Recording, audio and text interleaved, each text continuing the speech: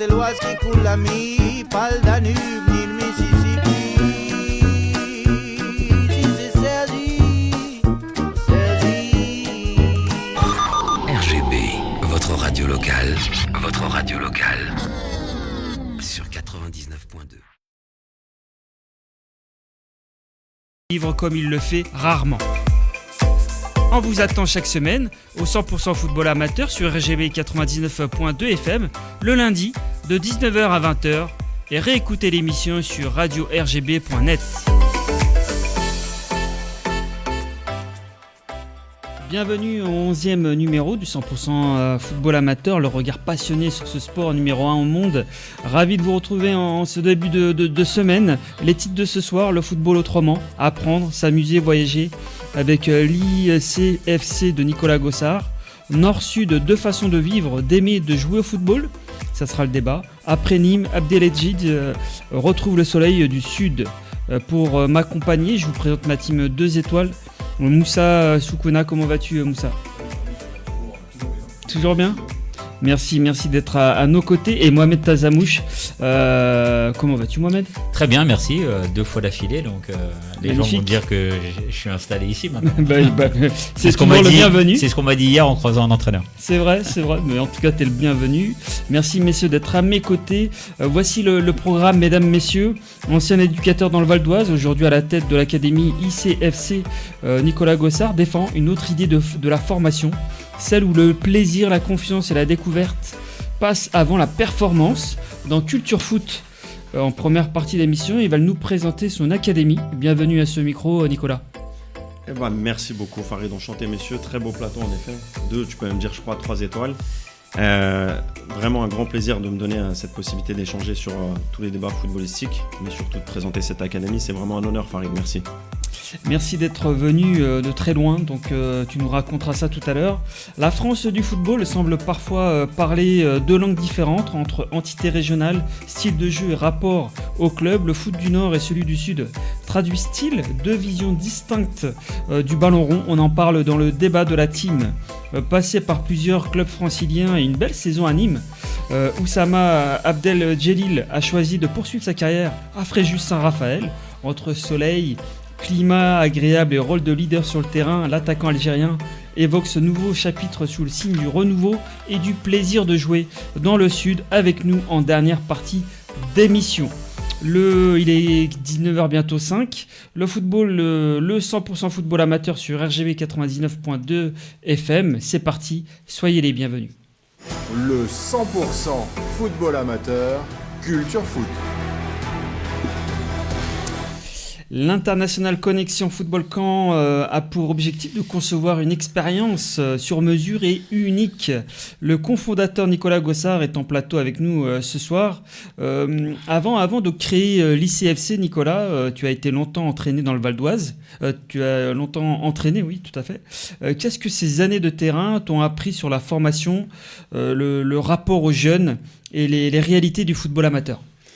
Eh bien écoute, toutes ces années m'ont permis de comprendre que j'avais un rôle bien plus que footballistique. Joueur, on en parlait avec Moussa, joueur de district, mais qui a tout de suite été passionné par le monde de la transmission. Donc moi, j'ai pris ce rôle à cœur. En effet, j'ai beaucoup entraîné, éduqué dans le Val d'Oise, tout type de catégorie. J'ai même eu la chance, par le biais de l'AS Sermon, de toucher à la section féminine des plus jeunes. Et puis j'ai eu aussi la chance de changer de département grâce à monsieur Mamadou Karamoko à Épinay-sur-Seine. Donc cette transmission m'a permis de comprendre que j'avais un rôle bien plus important, comme je vous le disais, sur le côté social. C'est-à-dire le côté social ? C'est-à-dire qu'aujourd'hui, quand tu viens chercher uniquement en tant qu'éducateur les résultats, tu fais partie de ceux qui cherchent uniquement à te convaincre. Tu es là pour te faire plaisir. Moi aujourd'hui, j'ai vraiment appris à aimer mes joueurs, à me faire aimer de mes groupes, tout type de catégorie. Ça a été mon premier challenge.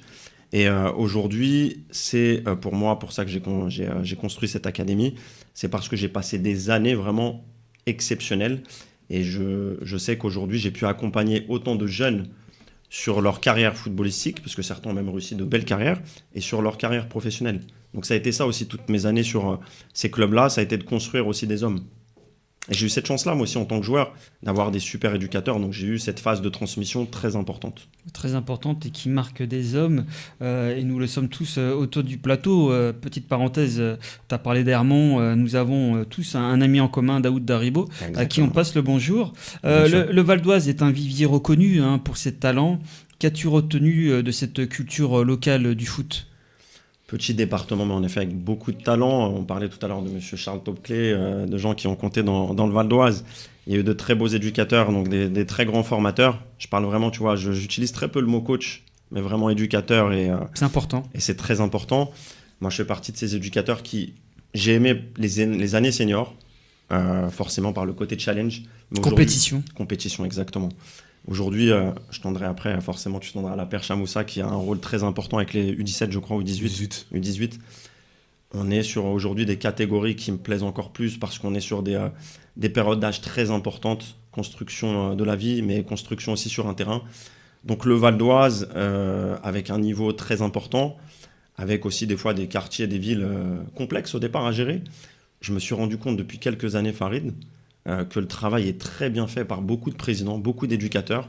Hier, j'ai eu la chance d'assister à un match entre les 18 R2 d'Épinay et ceux de Plaisir. Très belle organisation. Aujourd'hui, on reste sur des matchs de compétition très importants, très regardés. Mais ce que je retiens, avant de regarder le jeu, c'est vraiment l'organisation des clubs. Et ça, aujourd'hui, moi, ça me touche. Donc, dans le 95 et dans tous ces départements d'Île-de-France, je trouve qu'il y a un très, très gros travail qui a été fait. Et pour moi, j'ai en tout cas contribué à ça. Parce que quand je te parlais de côté social, c'est d'abord le comportement.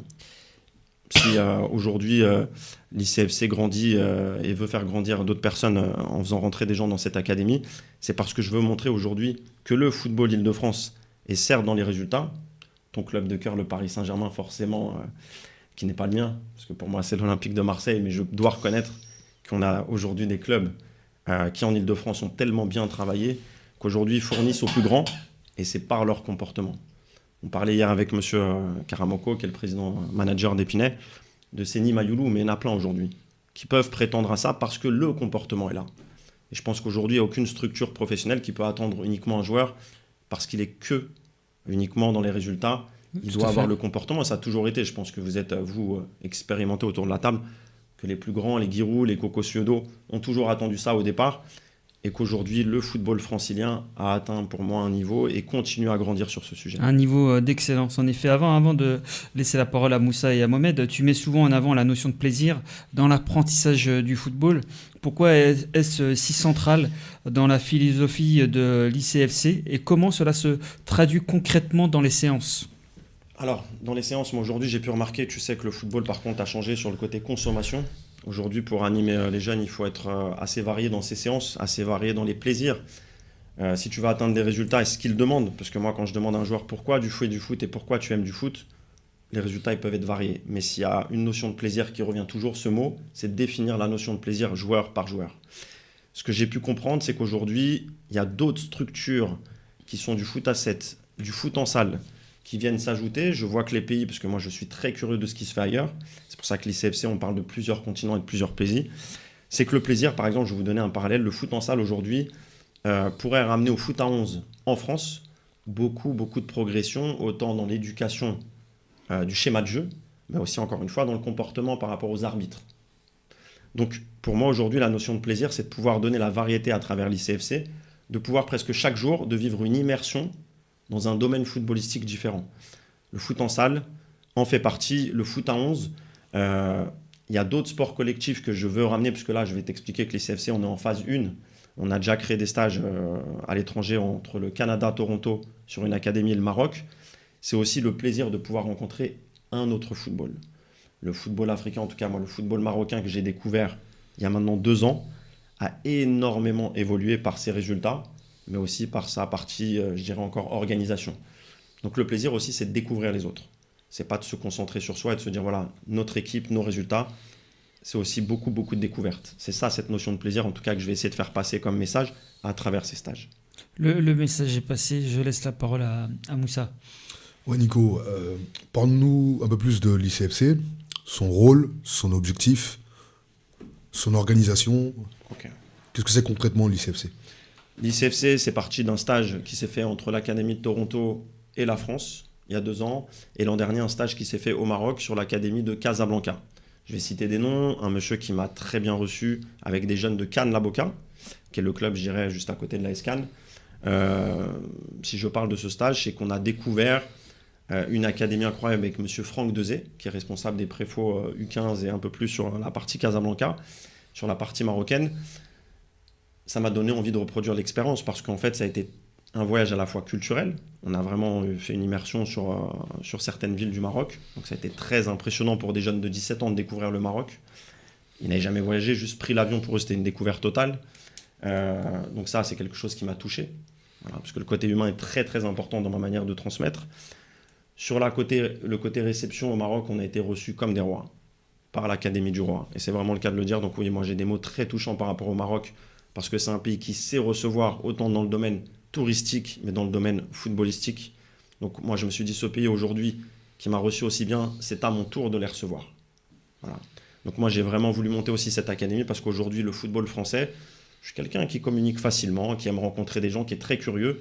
Et je me dis aujourd'hui, comment un jeune Marocain qui peut jouer à un certain niveau ou pas, peu importe, pourrait pas rencontrer un footballeur français. Et puis quand je suis parti à Toronto, là, on est encore sur autre chose. J'ai découvert des jeunes qui sont amoureux du foot. Ils fonctionnent différemment de nous parce que ce sont des franchises et donc ils n'ont pas tous l'accès au terrain de foot. Donc ils sont privés en plus par rapport à la période hivernale pendant 5-6 mois de football et ils sont en demande. Et pour eux encore, je vais te faire plaisir Farid, l'endroit où on joue au foot, c'est encore une fois Paris, c'est l'Île-de-France et c'est notamment le Paris Saint-Germain. Donc forcément, quand je suis allé là-bas et que j'ai travaillé avec eux, beaucoup de jeunes, entre 13 et 17 ans, rêvent de venir ici faire du foot. 1 semaine, 5 jours, découvrir un campus du Paris Saint-Germain, découvrir les U18 du RC Argenteuil, pour eux, ça serait phénoménal. Et je peux t'assurer, pour avoir après justement à parler un petit peu anglais avec eux, donc moi aussi j'ai dû élever un certain niveau, j'ai pu prendre et avoir eu la chance aussi d'éduquer et de transmettre des séances avec une autre façon de parler, parce qu'il fallait que je parle anglais. Et pour se faire comprendre aussi en tant qu'éducateur, j'ai grandi aussi grâce à ça. Donc je me suis dit, tous ces points de rencontre, je les ai vécus. Il faut qu'aujourd'hui, je puisse faire partie de ce monde qui va pouvoir créer une automatisation des choses à travers des camps de football qui vont peut-être se faire, en tout cas, j'en ai fait 2 sur 2025. J'aimerais qu'en 2026, on puisse réaliser peut-être 4 ou 5. Et de pouvoir, pendant les vacances scolaires, pouvoir faire partir des jeunes d'Île-de-France au Maroc, des jeunes du sud de la France au Maroc, des jeunes de Toronto qui viendraient ici, et qu'on puisse faire un chassé-croisé. Et les choses sont réalisables parce que je me suis entretenu avec beaucoup de gens avant de venir vous rencontrer. Donc il y a beaucoup de gens, forcément, vous essuyez des échecs, on en parlait tout à l'heure, Mohamed, on n'a pas toujours des réponses à des mails ou des coups de téléphone, mais j'ai aussi beaucoup de gens bien, donc je vais encore citer des noms. J'ai le FUS de Rabat qui me reçoit, donc on a Manu Pires qui est devenu le directeur technique de ce club, qui est l'ancien directeur technique de l'OGC Nice, qui m'a ouvert les portes. Je cite des gens comme les clubs de chez nous qui sont monsieur encore Karamoko, manager d'Épinay, qui aujourd'hui veut faire partie de cette aventure parce qu'il veut faire grandir sa ville. Le département du 93 est un département qui pousse et qui a besoin aussi de s'expatrier et de comprendre comment fonctionnent les autres. Et puis les gens qui travaillent sur Toronto ne sont pas forcément connus aujourd'hui, mais veulent absolument découvrir. Vous savez que les 3 pays que je vous cite, on est quand même sur la prochaine Coupe du Monde qui se situe au Canada, suivi la prochaine Cannes au Maroc et prochaine Coupe du Monde au Maroc. Donc on est sur des pays qui, quoi qu'il arrive, vont avoir des besoins de visibilité, c'est vrai, mais ont besoin très rapidement d'apprendre aussi la structure française. Parce que nous, aujourd'hui, on a, et c'est pas prétentieux, on a un vrai savoir-faire. Oui, et puis la formation française est reconnue mondialement. Exactement. Donc j'ai pu voir aussi qu'on était reconnu.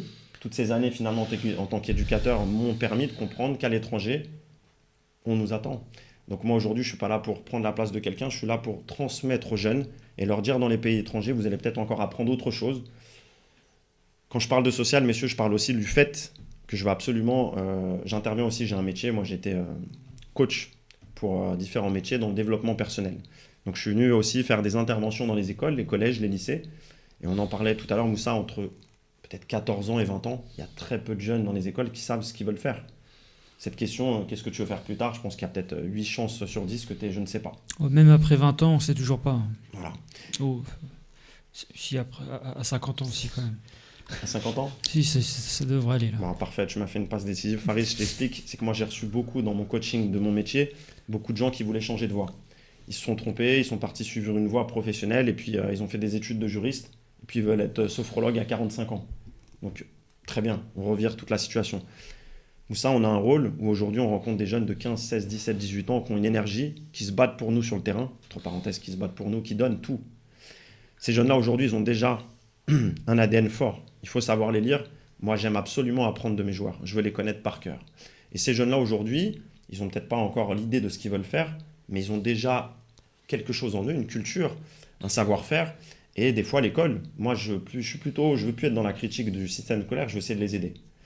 Donc, l'ICFC, c'est de pouvoir aussi, à travers ces voyages, présenter tout un écosystème. Je vais te citer des métiers qui sont transverses au foot. L'analyse vidéo, le diététicien, le préparateur sportif, mais pas que. Le préparateur mental, moi j'ai eu la chance de passer... On en parle souvent dans l'émission.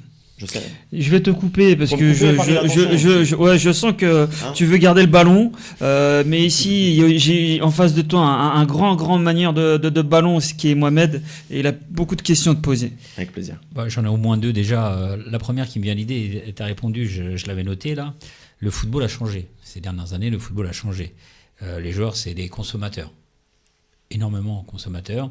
Ils peuvent changer à tout moment de club, ils peuvent changer 2 ou 3 fois dans la saison d'un même club. Comment, avec ton organisation, tu peux inverser cette tendance, puisque sans vouloir dire que tu vends du rêve, à quel moment tu peux comprendre comment on peut inverser ça, puisque si je comprends bien, ta structure, c'est une structure collective, c'est-à-dire c'est un club avec une équipe. C'est pas des joueurs qui viennent individuellement. Donc forcément, ils sont aujourd'hui, comme tu l'as dit, ils n'ont pas de repères. Ils savent pas s'ils vont être, quel métier ils vont avoir. Donc qu'est-ce que tu leur apportes ou qu'est-ce que tu peux leur apporter plus posément, comment tu pourrais nous-mêmes, si j'étais joueur, comment tu pourrais me faire rêver? Je joue à Argenteuil aujourd'hui. J'espère que je vais être footballeur professionnel, mais j'en ai peut-être pas le niveau, mais je sais pas quoi faire. Quel est l'argument que tu vas me donner pour que je fasse ce stage? Et surtout, quelle va être la prise en charge des familles par rapport à ça? Moi, je suis famille monoparentale, j'ai pas d'argent, et comment je fais tout ça? Super. Très intéressant. En effet, un vrai challenge pour moi. Merci pour ta question, Mohamed, parce qu'en effet, je vais être très clair. Ça s'adresse autant aux clubs. Moi, aujourd'hui, je veux aider les clubs à... puisqu'on a Moussa, on va parler du club d'Argenteuil. Excuse-moi si je dis encore l'ASVA. C'est le Racing aujourd'hui. C'est pareil. C'est ma génération. Ça fait partie de Grand club, très grand club. Des grands monsieur, Farid Kassi, des gens qui ont évolué dans ce club, des grands monsieur. Aujourd'hui, tu es club. Moi, j'aime me rencontrer autant le joueur que l'éducateur, parce que je veux savoir quel est le projet. Tu parlais de consommation. Est-ce que le projet est commun? Est-ce que c'est de faire évoluer dans le club ces joueurs-là parce qu'il y a déjà un niveau? Aujourd'hui, Moussa, tu es en R1. Si aujourd'hui, c'est de faire évoluer en senior, quel serait le projet? En quoi peut te servir l'ICFC? Je vais te donner un exemple. Aujourd'hui, tu viens dans le sud de la France. Je vais pouvoir te permettre de faire une journée face à un très bon club du sud de la France par rapport à ton niveau. Ça peut être l'Escan, ça peut être des clubs des alentours. Je vais te proposer 3 matchs amicaux qui vont pouvoir aussi te tester par rapport à ton niveau. M'ont rejoint dans l'ICFC aujourd'hui des gens comme Franck Djadjedje qui va pouvoir te proposer une après-midi spécifique attaquant. Très bien. Si aujourd'hui, on parlait tout à l'heure de la section féminine, si dans ton groupe, il y a la section féminine où il y a des joueuses qui jouent des fois avec les garçons, donc ça après, moi c'est pour ça que le stage s'adresse de 13 ans à 20 ans, on est plus sur du 13-18 quand même. Il y aura une responsable BMF section féminine dans le sud de la France. Il y aura aussi un BMF futsal qui va pouvoir te prendre 2 jours vraiment sur l'apprentissage. Tu as l'impression que tu as déjà un niveau parce que tu mets des crochets à tout le monde au futsal. Il va vraiment pouvoir te structurer. C'est monsieur Ivan Rodriguez qui aujourd'hui fait partie de 2 clubs comme Mandelieu et l'OGC Nice. Donc je vais te créer un écosystème où tu vas pouvoir consommer différentes choses. Ça, c'était pour répondre à ta question sur la consommation. Mais pour pas que tu te perdes après quand tu reviennes à Argenteuil, c'est que tu as la possibilité de vivre une semaine, prenons le sud de la France, mais c'est exactement ce que je crée aujourd'hui sur le Maroc, où j'ai essayé de créer plusieurs relations pour que tu vives différentes choses. C'est que c'est le club d'Argenteuil qui t'a offert ça, pour répondre à ta question. Parce qu'aujourd'hui, ces stages, c'est qu'on va essayer de travailler sur du long terme pour que le club, aujourd'hui, un club peut vivre grâce à des sponsors, vit aussi grâce aux licences, les subventions. Donc tout dépend du projet du club. Moi, donc la prise en charge financière viendrait du club? Elle peut venir du club si c'est un projet club. Si le projet du club aujourd'hui, c'est de... Je vais te donner un exemple. Pourquoi je t'ai cité Épinay? Parce qu'aujourd'hui, Épinay-sur-Seine est un club très ouvert d'esprit qui aimerait emmener ses jeunes, par exemple, oui, au Maroc, et aimerait recevoir des jeunes du Maroc sur Épinay. Et donc aujourd'hui, bien évidemment, le club peut travailler sur ce sujet-là. Moi, je peux les aider pour trouver des sponsors, mais je suis en train, donc je te parlais de phase 1, c'est pour ça que je parlais du côté social, je vais mêler les entreprises aussi, donc ça c'est mon travail. Donc j'ai pas cité, on est deux, hein. On est monsieur Adam Abouali qui est entre le Canada et la France, qui travaille très très bien aussi sur ce sujet, qui est le plus grand communicant pour aussi aller trouver des sponsors et des entreprises. Parce que bien évidemment aussi, si dans un club et dans une équipe, et j'ai déjà eu le cas l'an dernier pour le premier stage au Maroc, j'avais 5 joueurs qui pouvaient même pas payer, ne serait-ce que le billet d'avion. On les a emmenés, on a trouvé les solutions, mais on a préparé les choses bien en amont. Donc là j'ai fait ça avec un responsable de la Boca, du club de la Boca. Donc ne surtout pas faire des stages de dernière minute uniquement pour le plaisir. Ça, c'est vraiment de bien préparer les choses. Je pense que sur un groupe de 15-16 joueurs aujourd'hui, si tu prépares bien, que tu fais sponsoriser, que tu trouves les équilibres au niveau finance avec des entreprises qui pourraient sponsoriser aussi l'académie, d'accord ? C'est pas une association, c'est une société. Donc aujourd'hui, on va pouvoir travailler sur du long terme et c'est ce que je recherche. Donc c'est pour ça que je pense que je suis sur la phase 1. Vous me donnez aujourd'hui, grâce à la radio, grâce à toi, Farid, une visibilité. C'est aussi une opération de lancement pour aller chercher des entreprises. Je te coupe, Nicolas, pour redonner la parole à Mohamed, parce que je crois qu'il avait une deuxième question. Non, c'était surtout, comme je disais, le football a changé, donc comment aiguiller tout ça. Et puis l'aspect financier, c'était ces deux questions-là, parce qu'aujourd'hui, c'est pour ça que je disais, et j'ai employé le terme, comment tu peux nous faire rêver. Parce que moi, étant jeune de 15 ans aujourd'hui, j'apprends que je peux faire un stage au Maroc ou au Canada. Moi, je veux y aller, je vais lever la main. Bien sûr. Après, il y a effectivement, et ce qui est important, c'est ta précision, c'est que c'est le club et pas l'individu. Il y a également, si j'ai bien compris, l'individu qui pourrait solliciter spécifiquement, mais c'est avant tout un contrat entre le club et toi. Alors, je vais te répondre un peu plus cash.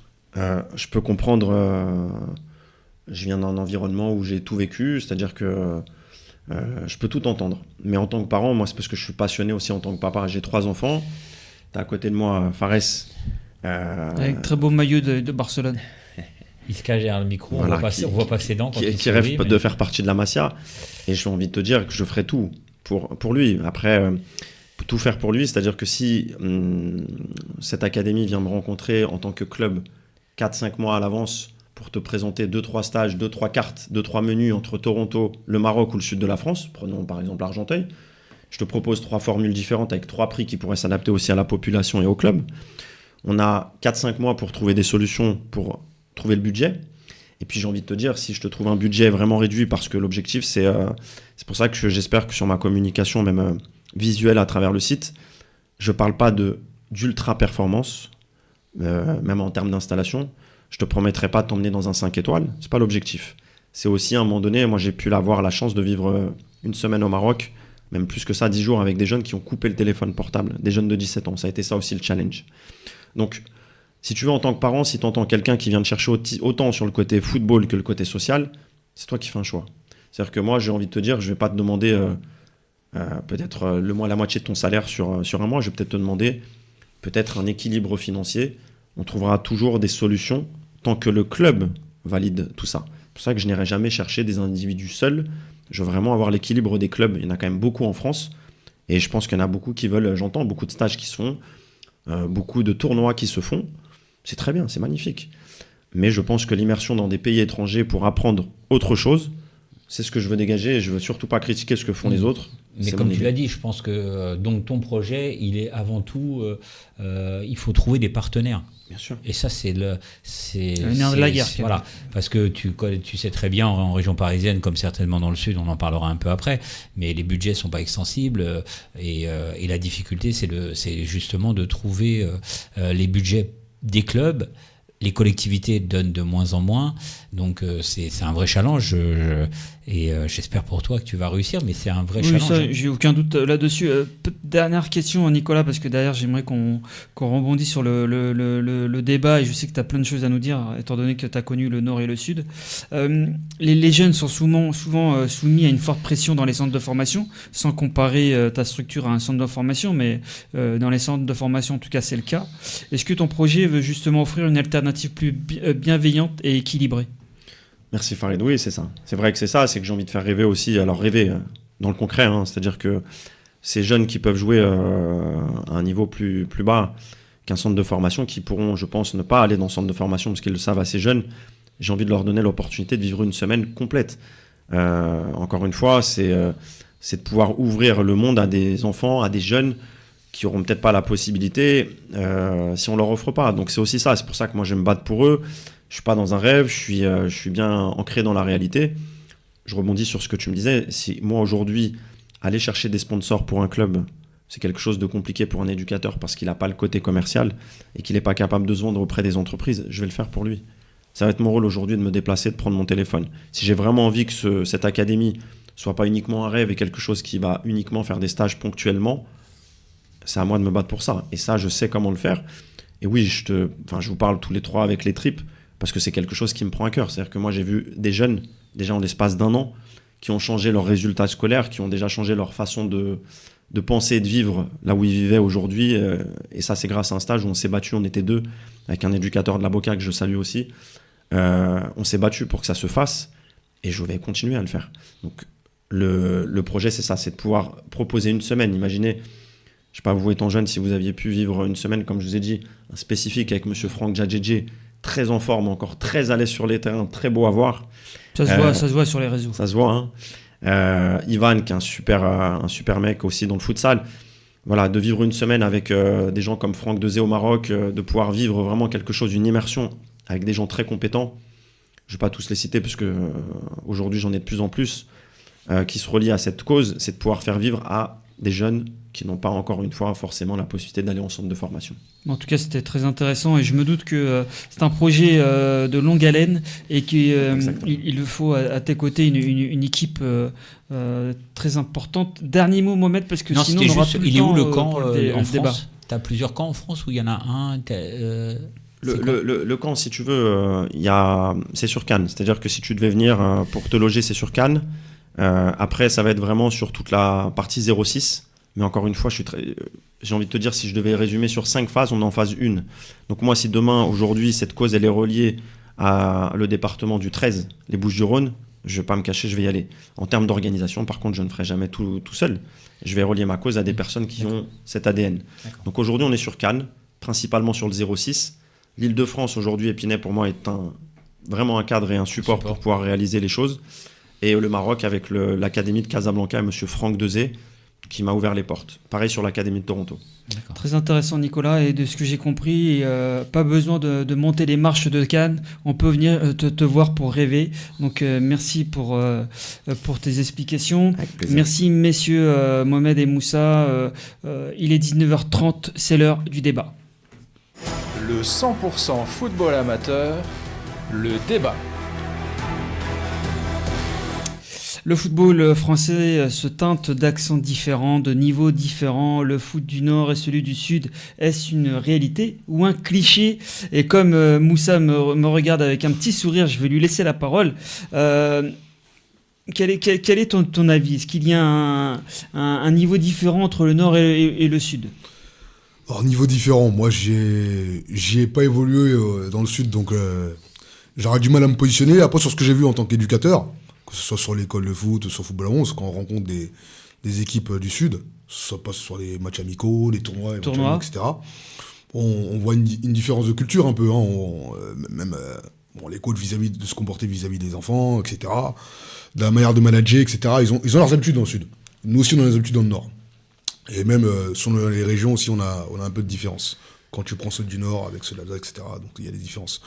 Après, footballistiquement, je te dirais, bon, le football français a quasiment les mêmes choses, mais ce qui différencie, c'est vraiment même au sein même d'un même club ou d'une même région, d'un même département, il y a des choses différentes. Ça veut dire l'éducateur il va avoir des idées, il va avoir une manière de fonctionner, une manière de manager, une manière des principes de jeu, il va avoir une manière de fonctionner même différente de son propre collègue dans le même club. Donc en fait je pense que ça peut varier. Après, est-ce qu'il y a une vraie différence entre le Nord et le Sud?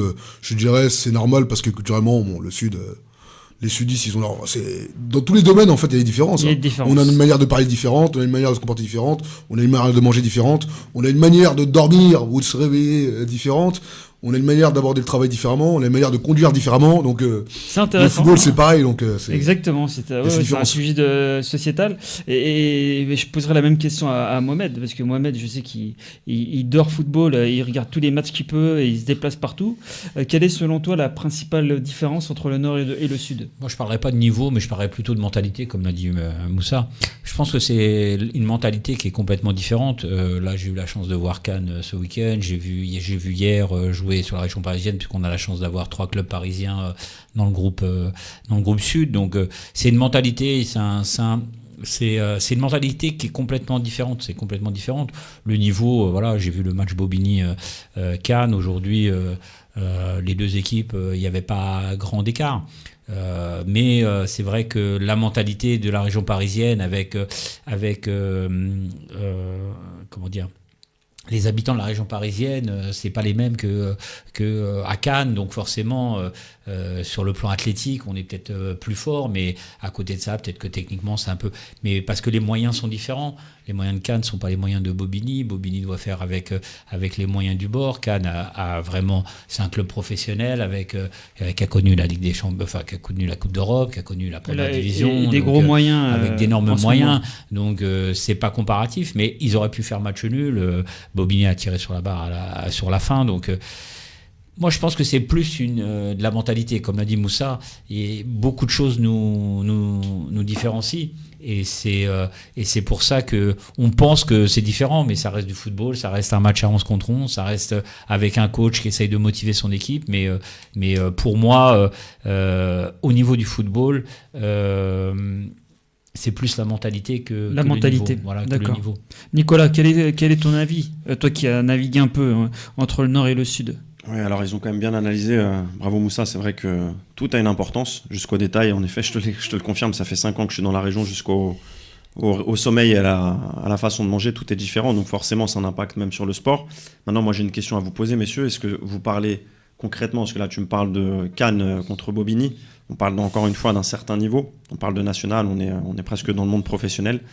Pour moi, on est dans le monde. On est dans le monde professionnel. Moi, je vous parle aujourd'hui de la préformation, on parle des jeunes. Si on devait aller chercher, tiens, j'ai un jeune de la Massé à côté de moi.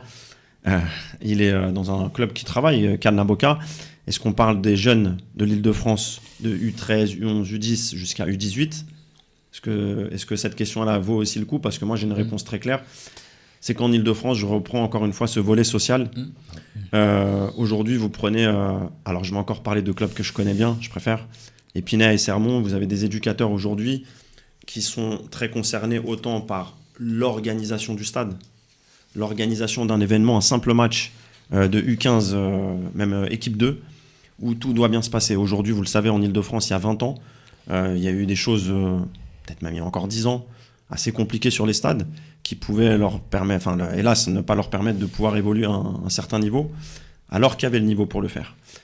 Il y a un gros travail qui a été fait. C'était très important de le faire. Et encore une fois, je félicite tous les clubs d'Île-de-France qui se battent au quotidien pour doubler les postes d'éducateurs, même sur des équipes 2.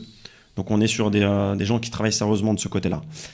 C'est pas que j'ai envie de me faire des ennemis dans le Sud, parce que je vais rester aussi sur le fait que beaucoup de clubs dans le Sud de la France travaillent dans ce sens-là. Et puis d'autres, encore une fois, sont vraiment concentrés sur le résultat. C'est-à-dire qu'il n'y a pas longtemps, c'est vrai qu'il est quand même, je trouve, très décrit à la radio. J'entendais M. Raymond Domenech qui expliquait que quand il était à l'Olympique Lyonnais, il entendait les éducateurs qui parlaient uniquement lors des réunions de résultats. C'est ce que j'ai l'impression un petit peu des fois de retrouver dans le sud de la France. Quand je parlais avec des éducateurs, j'ai mis 5-0, j'ai mis 3-0. Bon, je te coupe, mais je pense qu'en région parisienne, c'est la même chose, Nicolas. C'est malheureusement, et c'est souvent... Alors c'est parce que je fréquente des gens comme Daoud ou des gens comme Judy Kael qui est Épinay, parce que je fréquente ces messieurs. Je pense. Oui. Parce Non, que là, malheureusement, région c'est parisienne, souvent, c'est malheureusement, pareil, c'est l'équipe dans l'équipe. Hein. C'est l'équipe dans le club, c'est l'équipe C'est ça. dans la catégorie. C'est l'équipe 1, ça se mélange pas avec l'équipe 2. Enfin, Oui, c'est oui. souvent comme ça dans les clubs aujourd'hui. Malheureusement, Vous le voyez euh, encore comme ça, monsieur? Ouais, Voilà. c'est pour Ouais, ça. c'est encore ça. Régulièrement. Il faut que le club soit dirigé par un bon DT, un bon responsable d'école foot qui rentre dans la tête des éducateurs, parce que là, malheureusement, ils ont leurs idées, ils ont leur... Exactement. Et il faut vraiment leur faire passer. Des fois, t'es obligé, moi, quand Et- j'étais responsable d'école de foot, j'étais obligé quasiment pour quelques semaines, d'inverser les équipes à certains éducateurs. Très Pour qu'ils bonne voient nos idée, gamins, ça. pour qu'ils voient les appellations des équipes ABC, je tenais des couleurs. Tu vois, en fait, plein de choses pour que. Excellent, Moussa. Arrêtez de vous mettre ça dans la tête. Vous êtes en train de nous. Vous avez que ce côté-là, mais vous oubliez de dire c'était comment ton match. Collectivement, c'était pas mal. Les joueurs, c'était bon. Est-ce que tu as réussi à faire circuler le ballon? Est-ce que offensivement, vous avez pu avoir quelques occasions? Défensivement, c'était pas mal. Ton équipe était bien organisée ou pas? Ou est-ce que les petits couraient un peu partout? Non, j'en ai mis 4, j'en ai mis 20. Ouais. Il n'y avait rien en face, ouais, ça. Ouais, C'est vrai que je t'avais pas tournoi. prévenu, Nicolas, J'ai fait le mais gros tournoi à là, mes je l'ai côtés, j'ai gagné. la crème de la crème. J'ai Comme gagné le tournoi la éducateur. semaine dernière, voilà.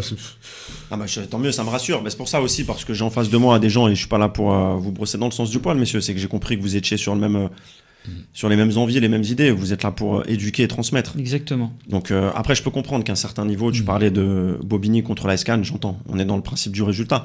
Même toi, je comprends Moussa aujourd'hui en 18 R1. Ce club qui veut évoluer, je comprends qu'il y ait des résultats. Mais aujourd'hui, je prends mon fils qui est à côté de moi. Je lui parle tous les jours aujourd'hui. Si tu as envie un jour de t'amuser et de prendre du plaisir dans le football, ne viens pas trop discuter avec moi s'il n'y a pas le pied droit qui s'accompagne du pied gauche. Et après, on parlera des résultats. Donc. Et puis après, il faut que tu regardes les matchs, il faut que tu analyses tes copains, ton équipe, et puis il faut que tu prennes plaisir aussi à regarder les autres, que tu t'intéresses à d'autres choses. Donc, moi, c'est parce que je suis comme ça. Et donc, je rencontre des gens comme moi. Donc, je vous parlais de gens, et je pense que le destin m'emmène à rencontrer des gens comme ça aujourd'hui. Mais je suis persuadé qu'en Ile-de-France, il y a une obligation aussi d'être comme ça. Parce que vous connaissez le rôle des parents, qui sont derrière chez les jeunes. C'est que si vous mettez la pression du résultat et que vous y rajoutez les parents qui sont derrière la tribune, ça peut devenir très compliqué. Il y a Très très peu de compliqué. lignes, il y a très peu de lignes directrices dans des clubs de région parisienne. Hein. Comme il disait, c'est rare qu'il y ait un DT qui impose des choses. Hein. Il y a un DT, mais voilà, après c'est l'équipe dans l'équipe. C'est vrai, c'est vrai. Messieurs, le temps passe vite, hein. Je suis obligé de vous couper. C'était très intéressant, c'est vrai qu'on aurait pu en parler pendant des heures. Mais c'est terminé pour le débat, il est 19h bientôt 39. Terminons avec un goléador qui sent le but comme personne. Le 100% football amateur, l'interview. Nous avons Oussama Abdeljelil au téléphone. Il est parti de Nîmes Olympique par la grande porte. Malgré la descente en National 2, l'avant-centre algérien est cash aussi bien sur le terrain que dans les médias. Il est avec nous au téléphone. Allô ? Bonsoir Farid. Bonsoir Oussama, comment vas-tu ? Eh ben ça va, merci et vous. Très bien. Merci d'avoir patienté quelques secondes au téléphone. Qu'est-ce qui a motivé ton choix de rejoindre Fréjus Saint-Raphaël après Nîmes ? Bah écoutez, honnêtement, j'ai eu le coach. On a longuement discuté. Je l'avais déjà rencontré à la période où j'étais en Ligue 2 et lui était à Lens. Et les idées qu'il m'a proposées, le projet en lui-même était intéressant. Et on se connaît depuis pas mal d'années maintenant, Farid. Tu sais comment je suis. Et j'accorde énormément d'importance à l'humain avant toute chose, quoi. C'est important l'humain. Pendant toute l'émission, depuis le début, on parle de l'humain qui est très très important. Je me doute aussi quand même que le soleil et le climat du Sud ont pesé dans ta décision. Après, pour être honnête avec toi, pas spécialement. Pas spécialement parce que tu sais que j'ai pas mal voyagé, j'ai pas mal patrouillé. J'ai pas fait que des clubs ou entre guillemets des villes où il faisait beau tout le temps. Je reste quelqu'un de très très casanier, et encore plus aujourd'hui avec une vie de famille assez paisible. Donc non, pas spécialement, puisque en soi, je suis pas venu à Saint-Raphaël pour des vacances, je suis venu pour un projet. Donc. Ah oui, non, mais je me doute que tu n'es pas parti en vacances, te connaissant un petit peu. Ta philosophie, c'est de marquer des buts et de prendre du plaisir. Comment, on en parlait dans le débat il y a encore quelques instants, comment tu compares la vie de footballeur dans le Sud par rapport à la région parisienne? Bah après, c'est différent. Pour moi, en tout cas, hein, des projets parisiens que j'ai pu connaître, même si après, c'est différent parce que j'étais dans le monde professionnel en région parisienne et là, aujourd'hui, bah, c'est le monde amateur semi-professionnel. Mais l'état d'esprit n'est pas la même. Je pense que les mentalités sont différentes aussi. Ça rejoint complètement ce qu'on disait en débat, donc quelque part, on n'a pas faux et on voit le football de la même façon. Je dirais plus que c'est un peu de partout en France, hein. C'est pas que en région parisienne ou dans le sud. Chaque région, et j'en ai fait plusieurs, notamment les Vosges, les Ardennes, le Nord avec Boulogne, etc. J'ai l'impression que chaque région a son ADN. C'est intéressant, Donc, c'est vrai. À l'image de Nîmes, c'est très guerrier, t'as des arènes pas loin. Il y a pas mal de ferveur et énormément de valeurs et de principes de ce côté-là, quoi. Non, c'est vrai. Avant de laisser la parole à Moussa et à Mohamed, est-ce que le niveau de compétition et les ambitions des clubs du Sud correspondent mieux à tes attentes?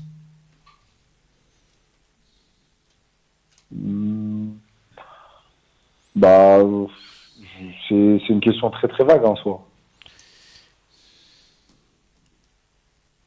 Mais est-ce que là, actuellement, donc tu es à Fréjus-Saint-Raphaël, je présume que c'est un club qui te correspond et qui peut t'apporter ce que tu recherches, à savoir déjà d'une part des buts et puis peut-être viser une montée. Oui, honnêtement, on a la chance d'avoir un très très bon groupe. Si j'ai rejoint le projet ainsi que l'effectif de Fréjus-Saint-Raphaël, c'est que j'avais certaines certitudes à travers ça. Après, même si on est dans un championnat très très disputé, comme j'ai pu le dire, on a un très très bel effectif et on a beaucoup de choses à faire valoir de ce côté-là. Après, la saison, le football, le terrain répondra à nos questions en fin de saison. Exactement, au fur et à mesure des matchs et certainement en fin de saison, je laisse la parole à Mohamed. Bonjour Oussama. Bonjour. Je connais un peu un membre de ta famille, ton cousin Mourad. Mourad. On a côtoyé le football puisque lui il était de la Seine-et-Marne à Meaux. Donc Oui. j'ai pu un peu échanger avec lui. Moi j'avais une petite question. Tu as fait 3 expériences en Algérie. Pas forcément très convaincantes puisque tu n'es pas resté longtemps. Tu peux nous expliquer pourquoi et pourquoi tu n'as pas pu faire une longue carrière en Algérie et avoir un peu plus de sélection puisque tu as eu une sélection en U23 mais pas au-delà? Bah, j'ai eu plus qu'une sélection en U23. D'accord. Après, concernant les clubs que j'ai fait en Algérie, bah, il y en a 2 où on va pas se mentir, hein, c'était pas peut-être pas le bon timing, voire la bonne période. Et je voudrais soulever aussi que l'Algérie est un championnat qui s'est énormément développé. Donc à la période où j'y étais, contrairement à aujourd'hui. Et concernant ma troisième expérience qui était à l'USMA, aujourd'hui c'est qu'un souvenir, mais c'était plus personnel, au-delà du Covid, parce que à cette période-là, le championnat était arrêté. Je venais d'avoir mon enfant et il y avait eu un petit souci personnel et j'ai dû rentrer en urgence, quoi. D'accord. Tu as été un sacré buteur, hein, parce que sur ces dernières années, tu as marqué quand même beaucoup de buts. Est-ce que tu le travailles ou est-ce que c'est inné? Bah, j'ai ce petit instinct qui a toujours été là. Après, on va pas se mentir, hein, c'est énormément de travail, énormément de répétition, le geste, etc. avec les gardiens après chaque séance. C'est une belle qualité, hein, parce que c'est un avant-centre qui plante, c'est une denrée rare. Merci Merci pour ce compliment. Bah, je t'en prie, c'est normal, Oussama. On ne peut pas continuer à marquer autant de buts sans avoir quand même certaines qualités. Et je présume que tu casses encore quelques reins dans le sud. Et tant mieux pour la région parisienne, comme quoi tu es parti dans le sud. Je laisse la parole à Moussa. Bonsoir Oussama. Bonsoir. Alors, tu as une carrière assez riche, avec pas mal de destinations, hein, plus ou moins exotiques, pas mal, un beau parcours. Tu as navigué entre le monde professionnel et le monde semi-pro, entre guillemets. Qu'est-ce qui a fait que tu as manqué, entre guillemets, de stabilité, longévité dans un club, et de passer un cap sportif qui permet de, justement, avoir une carrière encore meilleure que ce que tu as actuellement, même si tu as fait une bonne carrière, une très bonne carrière. Qu'est-ce qui a manqué pour avoir de la longévité, de la stabilité dans un club et faire partie on va dire une belle aventure au sein d'un même club? Après, pour être honnête avec vous, aujourd'hui, avec une certaine expérience, une certaine maturité et avec énormément de recul, c'est, je pense, sur certains points, ça a été des décisions qui soit il y avait meilleur projet ou l'offre et la demande, hein, vous savez très bien, surtout au poste auquel je joue, c'est souvent très très recherché, voire très très réclamé. Donc il a fallu prendre une décision et partir. Parfois ça a été, je vais être honnête, je me voyais pas totalement en fait dans le projet du coach concerné, sans citer spécialement de nom, hein, et limite ça m'a même énormément appris ces expériences où ça a été un peu plus dur pour moi et il a fallu aller ailleurs. Et après sinon la plupart du temps ça a été à partir pour du mieux, quoi, donc ça a été que bénéfique. De toute façon, c'est souvent le cas. Hein. On apprend plus des échecs que des victoires. Oussama, revenons à ton dernier club, Nîmes, qui réalise une belle saison en National 2 cette année. Es-tu nostalgique? Pour être honnête avec vous, nostalgique, j'irai pas jusque-là. Mais après, Nîmes, je garde de très très bons souvenirs. Malgré, je préfère garder que le positif, malgré ce qui s'est passé la saison passée avec tous les problèmes, etc. Notamment, j'ai ma petite fille qui est née là-bas l'an passé. Donc, ça, je pense que Nîmes va rester longtemps dans un coin de ma tête. Je peux comprendre, mais honnêtement, oui. Forcément. Et quand je vois que ce soit le stade des Antonins plein, etc., je suis super content. Maintenant, après, voilà, je suis à Saint-Raphaël et c'est comme ça. Mais je suis super content pour la ville, pour les supporters et toutes ces personnes qui sont limite amoureux de leur Nîmes olympique. Et c'est tout à leur honneur. Et je leur souhaite plein de réussite. Mais en tout cas, franchement, c'est vraiment, ça fait partie du top 2, voire top 3 des villes que j'ai faites qui vivent vraiment football. Je laisse de nouveau la parole à Mohamed et après je donnerai la parole à Nicolas. Oussama, tu as dit une chose importante pour les jeunes qui nous écoutent. Tu as dit une chose précise, c'est que tu as toujours été proche des entraîneurs au moment de signer, puisque tu t'aimais avoir un retour. Quel conseil tu pourrais donner à un jeune qui aujourd'hui souhaite changer de club? Toi, tu en as changé beaucoup et tu as dit que tu as eu des mauvaises expériences. Quels seront les critères aujourd'hui que tu pourrais donner à un jeune de changer de club? Après, les critères, ils sont simples. Hein. Ça va être en fonction du coach, de l'importance que vous aurez entre guillemets dans le club que vous allez rejoindre. Ouais, mais tous les coachs, ils ont voulu que tu viennes, à moins que je me trompe, mais a priori tous les coachs, vu que tu es un buteur, moi qui suis entraîneur, je vois ton nom, je dis tiens, lui je le veux parce que je sais qu'il va me marquer entre 10 et 15 buts dans l'année, mais dans tes différentes expériences, tu n'as pas toujours marqué 10 ou 15 buts par rapport au club, tu disais la confiance, donc comment on pourrait imaginer, comment tu pourrais expliquer que ça n'a pas fonctionné alors qu'on t'avait recruté pour mettre 10 ou 15 buts dans chaque club où tu es passé? Après, la confiance, comme je venais de le dire, c'est l'un des plus gros moteurs au-delà du mental et des qualités, pour un attaquant. Donc, du moment où, dans un premier temps, vous avez la confiance de votre coach, c'est déjà un grand pas de fait. Après, derrière ça, moi, comme je vous disais, j'apporte énormément d'importance au côté humain de la personne. C'est comme à contrario, quand un coach va choisir un joueur, si tu, on va dire, pioches un peu plus, va chercher un peu plus du côté humain, vous vous rendrez compte que quelqu'un qui est axé sur l'affect, du moment où vous le mettrez sur le terrain, fera le maximum pour vous rendre la meilleure copie possible, même un jour où, entre guillemets, c'est pas son jour, où il est un peu moins bien. C'est clair, c'est clair. C'est un footballeur lambda qui est là pour son argent ou qui est là pour sa carrière ou quoi que ce soit. À contrario, vous aurez un petit souci le jour où il va aller sur le banc, ou ça va pas aller dans son sens. Et c'est pour ça qu'aujourd'hui, avec le temps, etc., j'accorde énormément d'importance au côté humain, au côté vrai, quoi. C'est important, c'est important. Je donne la parole à Nicolas. Désolé de te couper. Le temps passe vite. Oussama, je laisse la parole à Nicolas. Oussama, bonsoir et enchanté par la même occasion. Une petite question, Nicolas. Une toute petite, mais il vient déjà de répondre. C'est-à-dire que j'ai compris que c'était un joueur qui fonctionnait à l'humain. En plus, il a un poste très particulier qui est le poste de buteur. Est-ce qu'aujourd'hui, tu as bénéficié...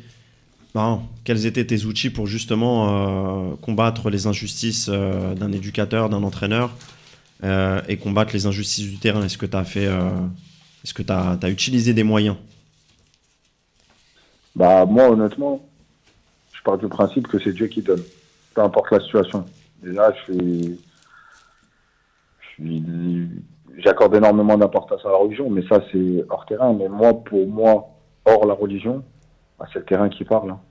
Peu importe qui on est, peu importe le statut qu'on a, peu importe l'âge qu'on a, je vois pas quel coach se passerait d'un mec qui est bon sur le terrain à l'entraînement et qui peut t'apporter en match, quoi. Donc, c'est la seule vérité qui est vraie, c'est l'entraînement et puis le match le week-end, quoi. Il n'y a pas d'autres clés en soi.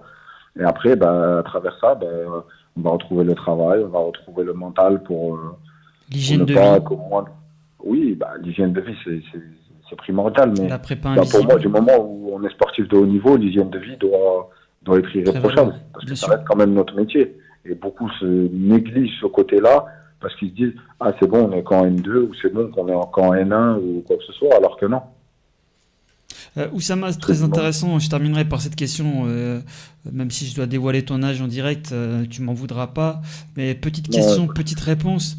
T'as 32 ans, tu te vois jouer jusqu'à quel âge? Pour être honnête avec vous, je ne me fixe pas de barrière parce que j'aime énormément le foot et je suis passionné avant tout.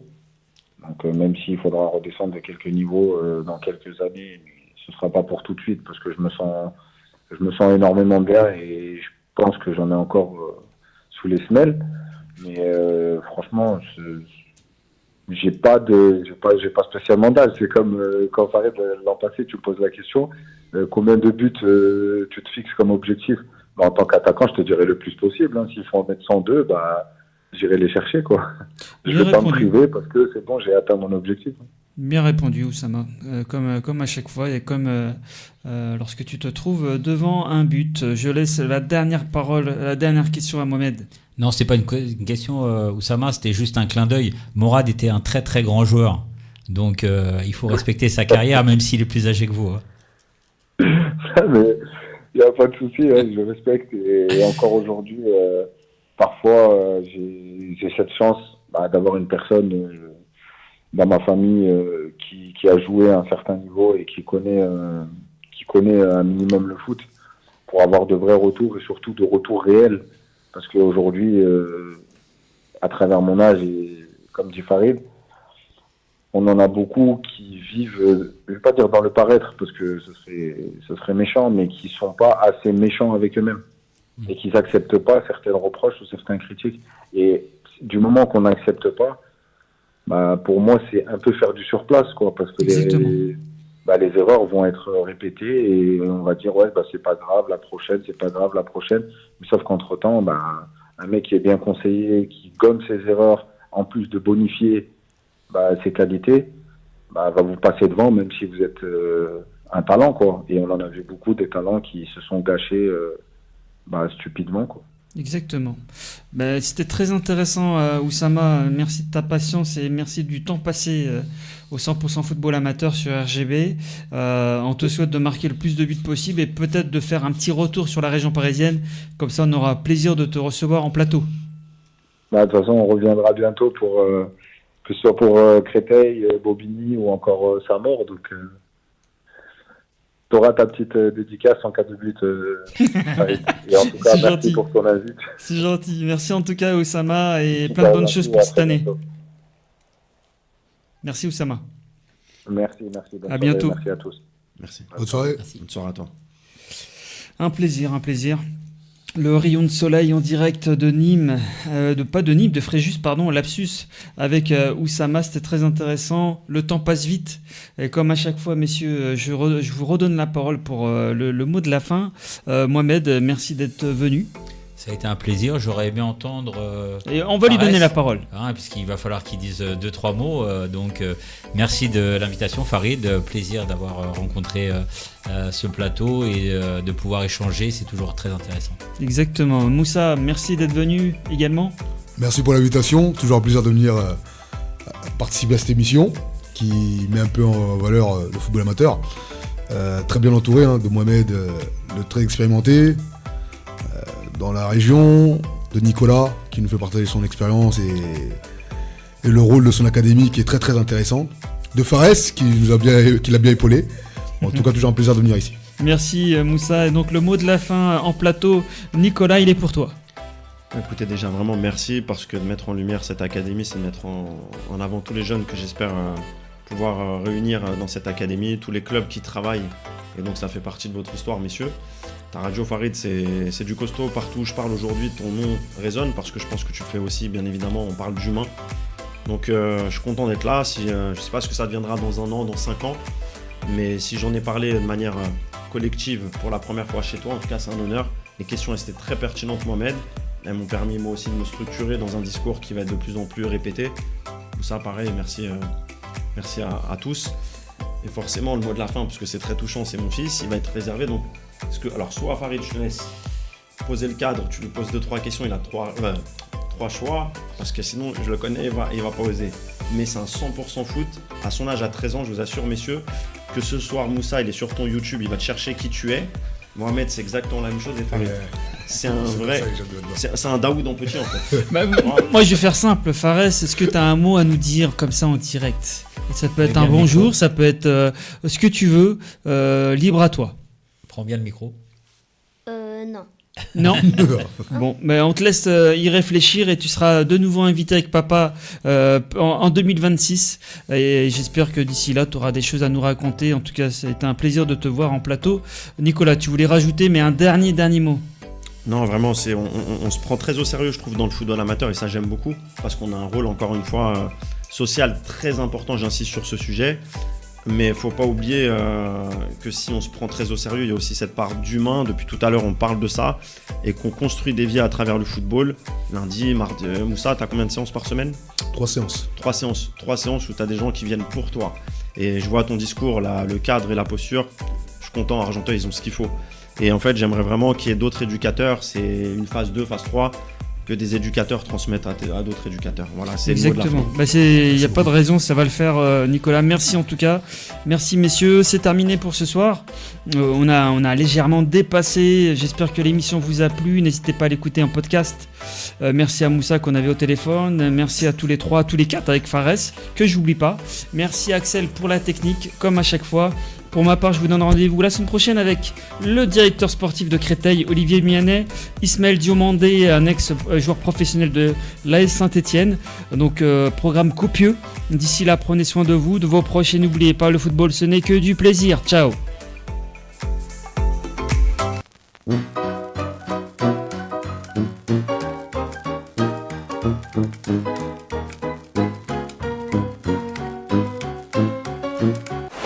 RGB. En direct de Cergy-Pontoise. 99.2 FM. Je vis dans un monde de son, dans un bel univers où l'on parle de la chanson, où l'harmonie est dans l'air. Je vis dans un monde de son,